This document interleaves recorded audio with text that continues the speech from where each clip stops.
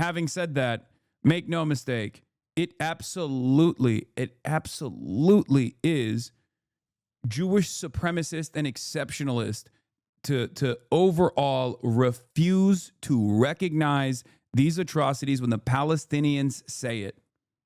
Okay? When the Palestinians talk about their own conditions, everybody turns a blind eye.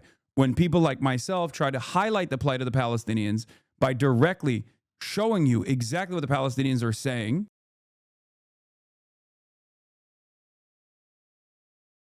anyway, let's get into it. Germany. Process to recognize Palestine state must begin now. Even they got Germany speaking out. Germany says the process to recognize a Palestinian state must begin now. Berlin adding that Israel is increasingly in the minority over the issue of Palestine. The move comes just hours after Canada said it planned on recognizing the state of Palestine at the UN General Assembly in September. For more, we can go across to Nick Holsworth standing by in Berlin. Nick, good afternoon. Just how significant is what's coming out of Germany today? Germany is the last bastion of Israel defense. So it is fairly significant when you got, this is it's like America number 1, Germany number 2, Israel number 3 in terms of defending Israel. So when you got even Germany being like, oh, we are going to move to this state recognition. Yeah, that's fairly significant. I will say, that is not an insignificant move. Okay, that's shocking.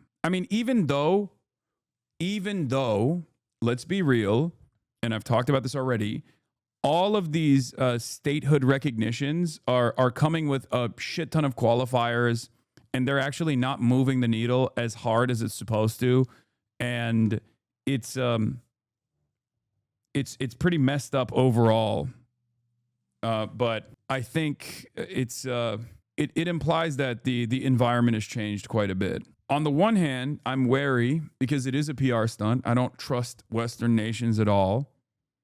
But on the other hand, I do think that the permission structure has shifted so dramatically that these guys are engaging in this to appease the masses, to appease the discontent that they are experiencing, and they have to respond.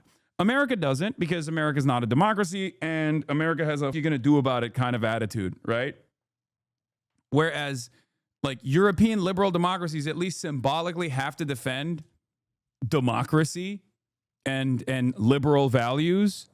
So I think that they're just trying to find an outlet where they could just be like, yeah, we are also responding to the increasing public pressure that is mounted against us due to this Israel stuff by saying we'll offer state recognition with these incredible conditions, of course, which renders the state recognition useless because a lot of the Palestinian state recognition actually comes from these ridiculous qualifiers. Hey, Sean the Black, thank you for the raid. Hope you had a good stream, brother.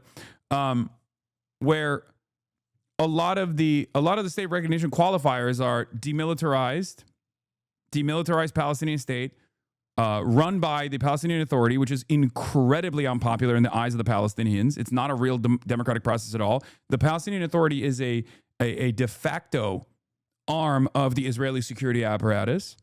It is the second least popular entity in the region in the eyes of the Palestinians, after Israel, of course. And also the idea that they're supposed to be demilitarized makes the process of full-blown ethnic cleansing imminent. It basically says no longer can Israel do full-blown ethnic cleansing right now in the Gaza Strip, but they can continue doing the same process that they've taken place through a sequence of checkpoints, annexation, land grabs, pogroms that they've engaged in the West Bank. That's basically what they're saying, which is Israel's goal, ultimately. How can anyone avoid or deny the reality that Israel's goal is the greater Israeli project at this point?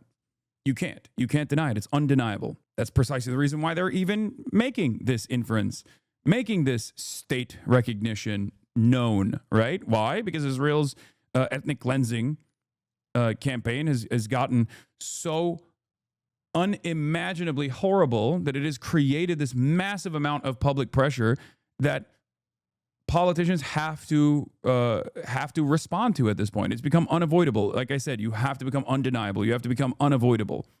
If you want to let your voice be heard, if you want change to happen in the Western world, you just have to keep up the pressure. And all of a sudden, all that pressure amounts to state recognition with like these conditions. It's not enough. You have to keep pushing. Presents a massive shift in German foreign policy. Support for Israel is built in to the German constitution. For 80 years now, since the end of the Nazi regime in 1945 and since the beginning of the German Federal Republic, which was founded in 1949, support for Israel has been part of the ground laws, as they're called in Germany, and indeed criticising Israel, that's allowed, but any anti-Semitic expression is punishable by law of up to 5 years in prison. So the fact that the German Foreign Minister, Johann Wadephul, is considering supporting a two-state solution, supporting a Palestinian state. He said it would be the end of the process rather than the beginning of the process, is extremely significant. And he's flying to Israel today to hold a meeting with his Israeli counterpart, Gideon Sair, later this afternoon. So the fact that he's released a statement before he flies to Jerusalem is extremely significant. It's putting the Israelis on notice that Germany's position is shifting. Nick, thank you very much for the update. Nick Holsworth reporting there from Berlin. Let's go across to Jerusalem now. France 24's Noga Tarnopolsky is standing by. Noga, this is a bombshell shift in tone from Germany, and it follows similar statements from other G7 states. Has there been any reaction? There's been vicious reaction from Israel. The first country to make this announcement was France, and Israel responded by via the Prime Minister and the Foreign Minister by accusing President Macron of being a collaborator with Hamas terror, no less, of rewarding murderous Hamas terror by recognizing a Palestinian state. And clearly this is part of a well-coordinated diplomatic tsunami plan to pressure Israel.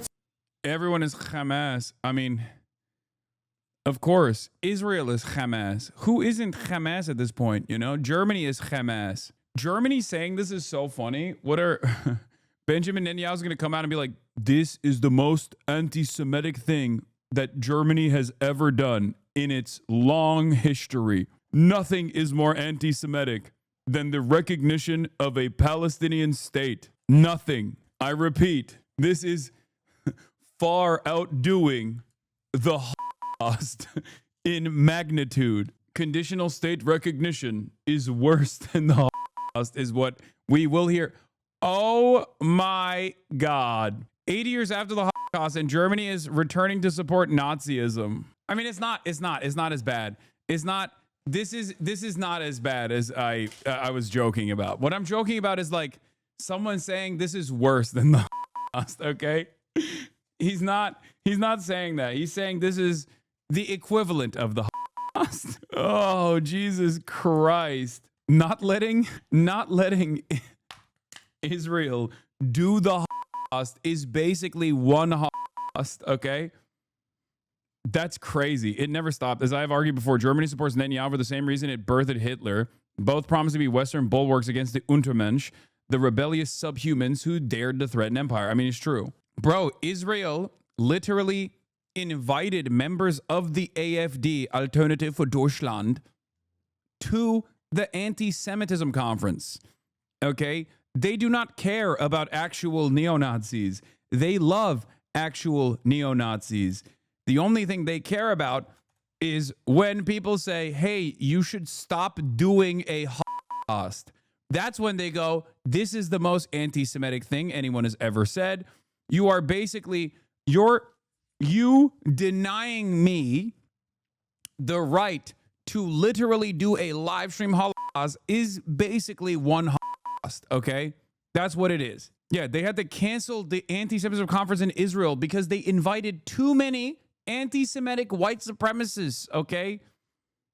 That is what we're talking about here. They have no leg to stand on. It's just ridiculous. It is ridiculous.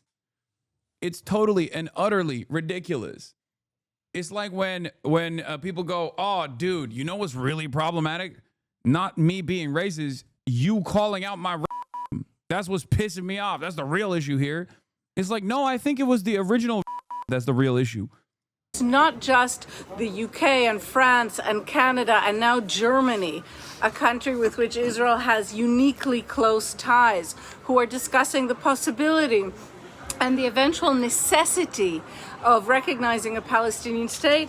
But as our colleague Nick just said, the German minister is doing so on his way to Israel. He's about to arrive in Jerusalem. And we also have Sweden. The prime minister in Sweden called for suspending the European free trade agreement with Israel. So these are all extremely serious matters. They indicate the complete collapse of Israeli foreign policy that we have seen under Prime Minister Netanyahu during this war. I mention his name in particular because Netanyahu has long presented himself to Israelis as, and I'm quoting now from his many political campaigns, as in another league, in a more elevated diplomatic league, as the one specialist who really... Bro, it turns out, even by European standards, okay, after centuries of death, destruction, extraction of natural resources from the global south, slavery, even with all the bounties of colonial empire, even the Europeans have like a distaste for maximum death and destruction, like doing a 13th century style siege on a captive population that has iPhones and can literally elevate the problem directly to the doorstep of every single person in the Western world is untenable. Who would have thought? Okay. It turns out, regardless of the multi-billion-dollar influence peddling operation and advocacy groups that you have cultivated over a long period of time, over multiple decades, in an effort to align so perfectly with Western foreign policy in this resource-rich region, there is only so much death and destruction that even the most racist, Islamophobic people will allow, okay? We are there. We are there. There is no starvation of children that is appropriate in the eyes of the Western world, so much so that even liberal politicians in America have to respond to this and be like, okay, I don't know how we got here, but oops, we can't do this any longer. Okay? That's it. I can't even, like, I thought, and I say this as someone who constantly talks about how depraved we are here in the West, right? In the comfort of our homes. But I thought even this would have been packed up a long time ago. I thought that there was only so much death and destruction that people would be on board with. I literally thought, you know, the entirety of the hospital system collapsing in the Gaza Strip was enough. I thought it should have been enough. This should have ended a year ago. This should have been ended a year ago with prosecutions coming in instantly. It is crazy that there is still people holding out hope that, you know, you can complete the ethnic cleansing. You can complete the ethnic cleansing campaign. It's crazy. I had a fun interaction today. An older Jewish woman sits out with a sign that says "Free Palestine, my city" almost every day. An Israeli dude goes and starts harassing her. So I step in. He then tells me that I'm Hamas and I look like an Arab. He does what the typical Israeli does and spits in my feet. Then I tell him I'm Jewish, to which he says, "You are no Jew," and walked off. I called him an anti-Semitic pig as he walked away. Classic. That's the craziest thing because look. The time is, the attitude shift is so dramatic. I'm telling you right now, people, even liberal Zionists, are going to point to guys like that and basically be like, oh, they're just like extremists. They don't represent us, okay? It's coming. It's coming because the association of Judaism with Israel only worked as a defensive posture when everybody thought Israel is awesome. Now that everybody knows Israel is not awesome at all, oh my God, everything that Israel now represents is no longer like the pharmaceutical industry and like making the desert bloom and being the most gay moral democracy in the region or whatever. And instead, ethnic cleansing and the starvation of children for some kind of like loose association with religion that is a false conflation to begin with. Now that is the only thing that Israel is known for, understandably, I think Jews in the Western world are probably going to forcibly separate themselves from this association and actually look negatively upon this association in the future. Now, not yet. And there are still plenty of people who personally hang on to this notion that you can continue defending it. Okay, you can continue defending Israel. You can continue defending Israel. You can keep going back to the old tricks and be like, look at the enemies of Israel. They're all barbaric. They're monsters. They're monsters. They're monsters. But I don't think it's going to continue. I think for the average person, they have completely checked out. Okay, they've checked out. Not gonna lie, you do more work defending the rights of Muslims in the West than any actual Muslim speakers out here. And yes, because they're bought and sold. Okay. Also, what do you mean actual Muslim? Listen, regardless of my lack of regardless of me being a bad Muslim, okay, it doesn't matter. My name is Hasan, so they don't let me get away with that. They don't go, yeah, this guy's not a real one. Okay. Oh my God, Kaya's snoring so loud. It is crazy. And be Israel's face to the world. All of that is crumbling very, very quickly right now. And Noga, I'm just curious, what are ordinary Israelis saying about this shift in tone that's coming from right around the world? Do they feel alone now? I think Israel. Do they feel alone now? I mean, dude, I don't think shit. Israeli society broadly thinks about these sorts of things any longer. I think they have found a perfect thought terminating cycle here where they just go, oh, it's anti-Semitism. Okay. It's such a powerful motivator because anti-Semitism has been a blight for thousands of years and anti-Semitism still certainly exists. Okay.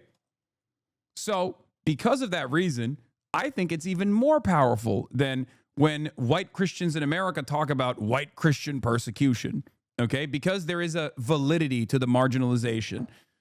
That is the reason why I think it is virtually impossible to get people in Israel to understand why they are being considered as a pariah state. Having said that, however, just as though white Afrikaners started slowly but surely coming to that recognition that they had become a pariah due to their apartheid, I think a lot of Israelis will eventually say, hey, we got to stop this. Like, this is crazy. And if they don't, it's done. Even if they do, it's done. Zionism as a project is, in my opinion, over. It's been over. This is the death knell of Zionism as a project. Israelis feel extremely alone. The country is more and more isolated, and increasingly in ways that regular Israelis can feel.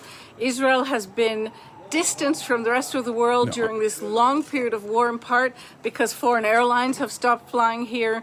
It has become more and more risky to be an Israeli abroad. To be heard speaking Hebrew has become a draw for in some cases, real violence.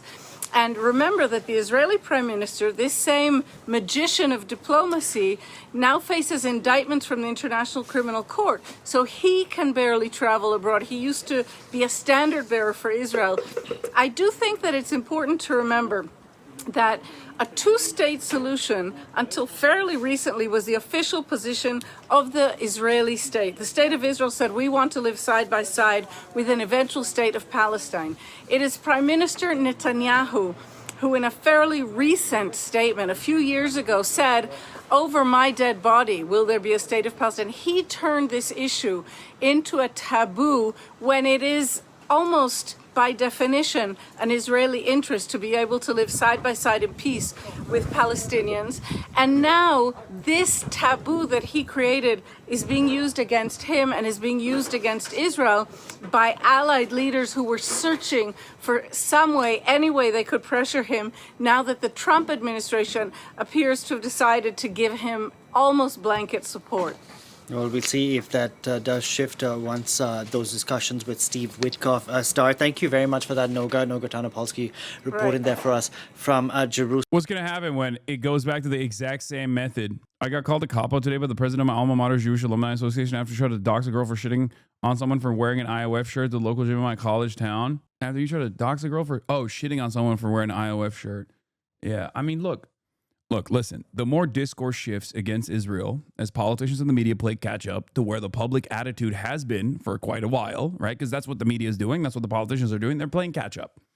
The more its defenders, Israel's defenders, will cynically try to attack its critics, okay? They cannot contend with the walls closing in. That's it. It's in its death throes. Zionism as a project is in its death throes. Israel is a pariah state that even politicians are being forced to recognize as a pariah state now. And while they take their sweet ass time, with like these incredibly convoluted and restrictive conditional recognitions, okay, that will open up a permission structure for people like ourselves to continue our advocacy. That's it.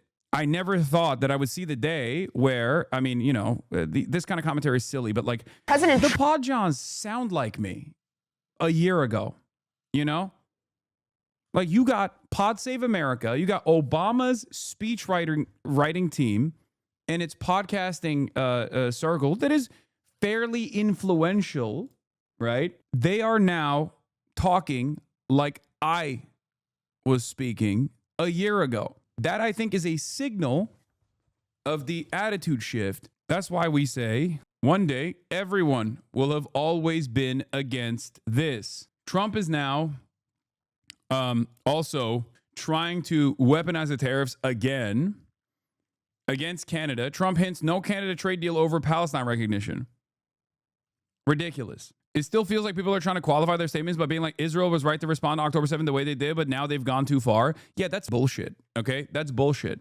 The idea of like claiming, Israel has a right to defend itself, or but Hamas, like these kinds of qualifiers are ridiculous. Okay, no one has a right to do a genocide. It's that simple, which is why so many people refuse to say it. So many people still refuse to say Israel's an apartheid. So many people refuse to say Israel's doing a genocide. The reason why they can't say it, Bernie Sanders, okay, is because Israel does not have a right to a genocide. No one has a right to do a genocide. There's no justification for it. So because Israel is currently doing a genocide, and many people are recognizing it as such, okay, many more people are recognizing it as such, especially at this point, people that are still holding on to this notion of Israel just like kind of getting ahead of itself and only accidentally, doing this ethnic cleansing campaign, are speaking to a reality that doesn't exist. Yeah, I saw a Boston Celtics player's sister going off on someone defending the Israeli player that wants to educate Americans on what's really happening. Yeah, I saw. I actually liked her response to this as well. Anna Horford, okay, the sister of Boston Celtics power forward Al Horford, goes on a nasty rant against Danny Avdija for supporting his home country, Israel. And then it's an Israeli flag and then a shy emoji. Danny is a hero. If you don't know him, he is up-and-coming Israeli all-star player who plays for the Portland Trail Blazers. Everyone show him support. This was the tweet. Danny Avdija says he's willing to educate people in the U.S. Not everyone understands 100% what is happening in Israel. We're a very small country. We are a small country. And there are people who live in bubbles in their countries. Many are interested. And I always explain the whole situation. Anna Horford says, this is like a Nazi trying to justify the Holocaust. You can't both sides what Israel's doing. Israeli denial and lack of accountability will be studied for decades to come. The NBA is made worse by his presence. Okay? Denny is 100% Albanian, man. Yeah, I don't know this dude's background, but she responded and I really liked it. She said, heroes don't support genocide and apartheid. Outdated Zionist propaganda doesn't work anymore. The world sees you for who you are. Respect. It's a tiny nation. Israel, tiny nation. Why you come after Israel? It's tiny nation. His dad played for Yugoslavia? A shame. No way, really? God damn, Tito would be disgusted. Trump warns Jewish donor. MAGA is starting to hate Israel. Not enough. Not hard enough. Okay. The craziest thing that I have heard was a friend's brother agreeing that it's a genocide and apartheid. For that reason, they should exist. Wait, what? A small but vocal contingent of his MAGA base, including younger Republicans and far-right podcasts, have grown skeptical of Washington's relationship with Israel. My people are starting to hate Israel. Trump recently warned a prominent Jewish donor. Yeah, no shit, dude. Anyway, there is a technical reason and a really cynical, really up reason, for the record, why many politicians, including maybe Bernard Sanders, who refused to call it a genocide because a genocide is illegal and aiding and abetting a nation that is conducting a genocide is also illegal. And unless you're AOC and you somehow say Israel's doing a genocide, but we also have to defend it, most politicians don't want to say the first part because the second part looks stupid when you say the first part. AOC literally says a genocide, but then turns around and is like, but we still have to give defensive weapons to the country doing genocide. Okay, well, you're out of your mind then. Okay, that doesn't make any sense whatsoever. Ridiculous. But that's what it is. That's where it comes from. As if the size of a country determines your responsibility towards international laws and human rights. Yeah. Israel, tiny nation. Okay, well, you're still doing a genocide to 2 million people right now. Okay, and an apartheid to another 2.5. And you refuse to let, like, basically the remaining 10 million Palestinians back into their ancestral homelands. That's pretty up. I don't give a shit what size you are. Also, it doesn't matter what size you are. You got nukes and America's backing you to the hilt. It's just, like I've said, dude, I think there are many things that Israel did wrong in this process. There are many things that Israel did really wrong in this process, okay? But one of the things that I identified early on was the comfort that Israeli envoys experienced for many, many decades, okay? As they were able to freely contextualize why all of this bloodshed was totally appropriate. And if you actually criticized it, you were anti-Semitic, and that would just shut off all kinds of responses instantly, right? Now that that no longer exists, they thought they could still get away with that bullshit. And because of that, when they couldn't get away with it, they got incredibly arrogant. I'm sorry, but if you're that arrogant, obviously Americans who don't give a shit are going to turn around and go, oh, I don't know about this. What do you mean? You've gotten billions of dollars in weapons, big dog. What is happening here? Let's dial it back a little bit. Yeah. Rogan has gone full woke. And then they're kicking students out that like write articles they don't like. Yeah, that's nuts. I mean, I talked about this before when he first covered this. Isn't a university supposed to be a place where someone's allowed to express themselves and have non-violently? Yeah. This is the average American's perspective, though.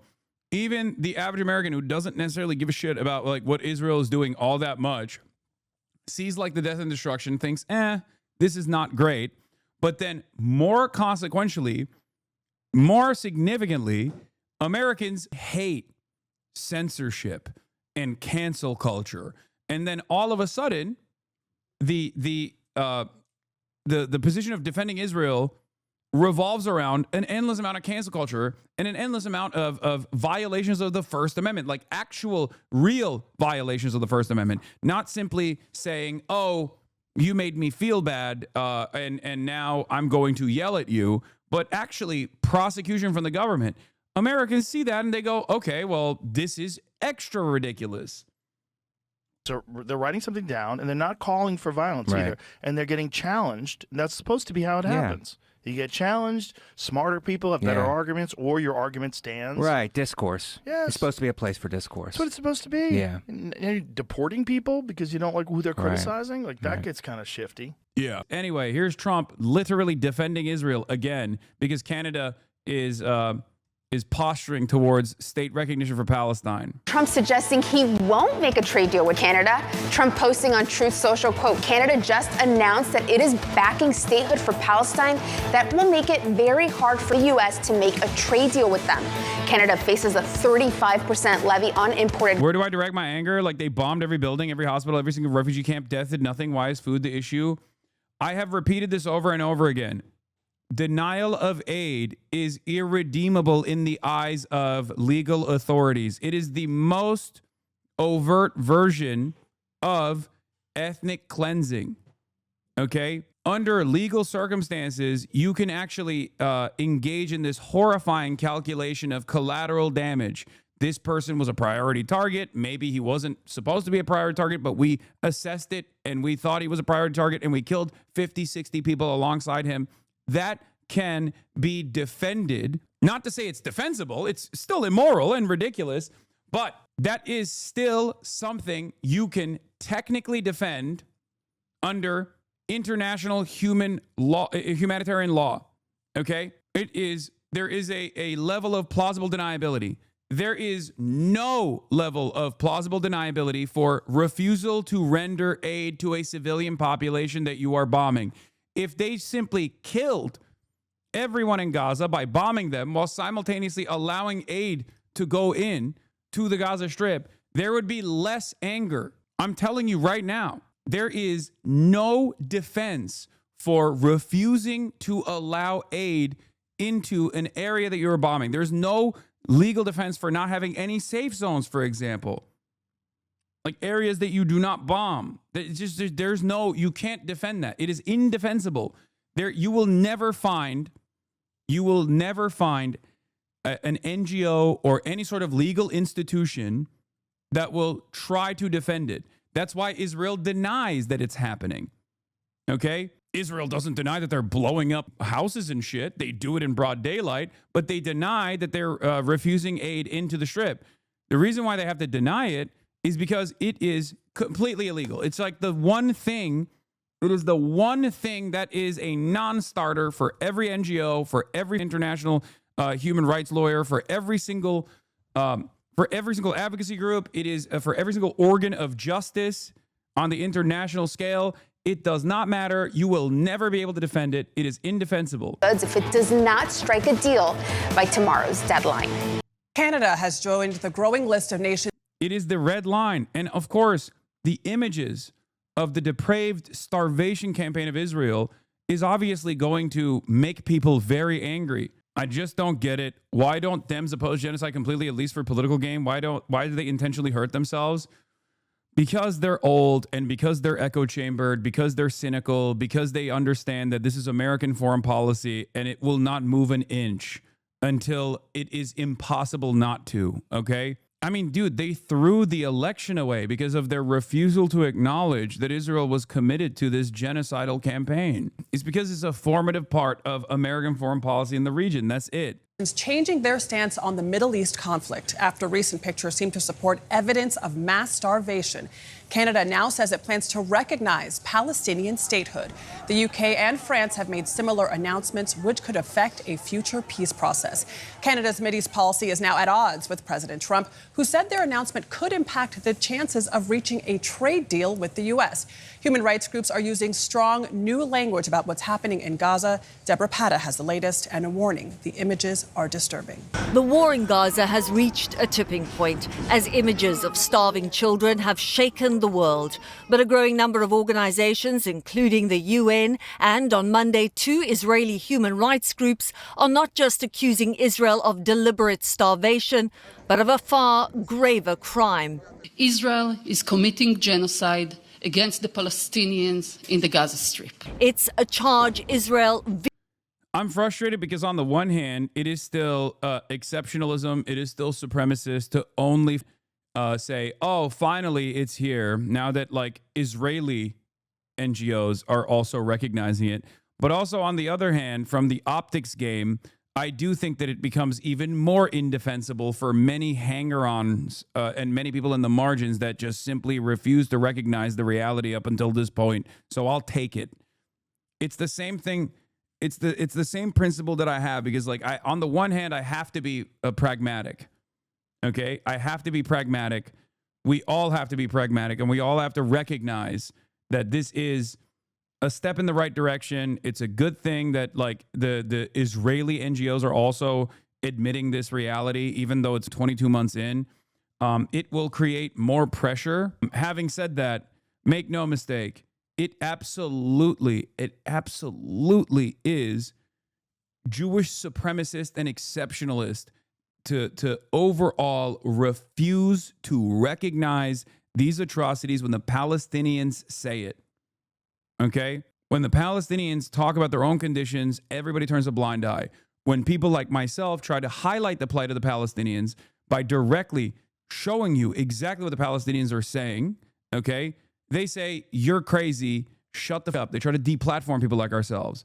Only until it's an Israeli official or only until it's an Israeli NGO that openly recognizes it 22 months in, do people go, okay, I guess it's happening. It's bullshit, you know? Terrorists, until, what, B'Tselem says so? Okay.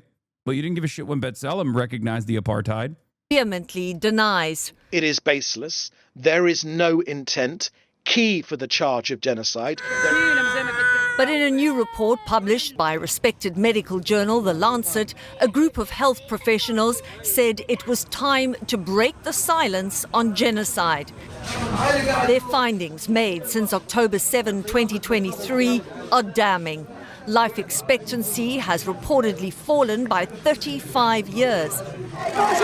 Gaza has the highest number of child deaths of any conflict zone, and By the way, the very fact that many smart people still refuse to call it a genocide, even though it clearly is one, is because of the additional complications that come along with that designation, that legal designation. And that's precisely why you should keep pushing people to say it, including Bernie Sanders. Okay? That's it. Because the moment that people recognize the reality that it is a genocide, okay, is the moment where all cards are off the table. You can't deny, you can't give aid to Israel, you can't defend Israel. There's no more defending genocide. You're a genocide defender at that point. And up until that moment of recognition, you were a genocide denier. That is precisely the reason why still so many liberal Zionists, from Bernie Sanders to the J Street guy that Mehdi Hasan debated, they just refuse to recognize it. They just refuse to say it's a genocide. But just like they refuse to recognize the war crimes or the ethnic displacement or the plight of the Palestinians up until 22 months in, they will inevitably recognize that as well. So I don't understand how these guys don't even think about their own personal futures, where they just kind of throw that out. They just don't realize how this looks. You look like a fool right now when you say, oh, I've come to the conclusion that everyone has been on for the past year and a half. Okay, great. But now you're still trying to be a setback. Now you are still trying to present yourself as a hurdle for further initiatives to be taken to stop this bloodshed. You look like an idiot right now. You're going to look even more like an idiot and an immoral monster down the line. You already are, but people will come to that recognition. report concludes starvation has been relentlessly used as a weapon of war. For CBS Mornings, I'm Deborah Patter in East Jerusalem. The level of human suffering in Gaza is intolerable. In another major blow to Israel, Canada announcing it'll recognize a Palestinian state, citing the crisis on the ground. By the way, the other part of the reason why people can't say genocide is because if you say it's genocide, then what Ansar Allah is doing is valid and just. The Houthis in Yemen, okay? What Hezbollah is doing is valid and just in Lebanon. They're not doing anything anymore because they're done, but all of a sudden, because it is, by the way, it is, literally, and all of a sudden, what we did to stop the Houthis from trying to stop Israel's genocide, all of a sudden we're the bad guys. You understand? We are too closely associated as a belligerent in this conflict. That's the problem. Also, it is kind of silly to say, let's leave it up to the experts on calling it a genocide. Experts are calling it a genocide. Canada has long been committed to a two-state solution. An independent, viable, and sovereign Palestinian state living side by side with the state of Israel in peace and security. Israel condemning the move as rewarding Hamas terrorism. But the world's reacting to images like this. Gaza in the grips of near famine, according to UN experts. And efforts to deliver more food by air and land proving difficult, chaotic, and often deadly. A new UN video showing gunshots near. What is this? Carney signal and private support will be unconditional. He is moving the sails on a boat at the podium. These kinds of leaders need our support and motivation. Use your base and the pod bros, etc. to help them gain speed. What? Exactly, which is why Carney is working behind the scenes to entrap Israel. If there's a leader right now who can, it's Carney. We have to encourage him to keep grinding on this. Let's support whomever is taking real actions, especially the people who congregate meaningful political power. You matter a lot here. I don't know about that, dude. A crowd desperate for food Wednesday. At least 85 people have been killed trying to get aid in the last day, including at least 13 this morning, according to the Hamas-run Ministry of Health in Gaza. Israel rejecting accusations its troops opened fire, saying they only fired warning volleys. Meanwhile, the hunger crisis only growing worse. At least 150 dying from malnutrition, according to the Gaza Health Ministry. More than half of these children. The US Special Envoy in Israel today, an American volunteer doctor in Gaza, urging him to come and see for himself what's happening on the ground. Mr. Witkoff, just come here right now. Well, what we're seeing now, what we understand is that Steve Witkoff is going to meet with Israeli Prime Minister Netanyahu to discuss a ceasefire, the return of hostages alive and dead, and also how to alleviate the suffering in Gaza.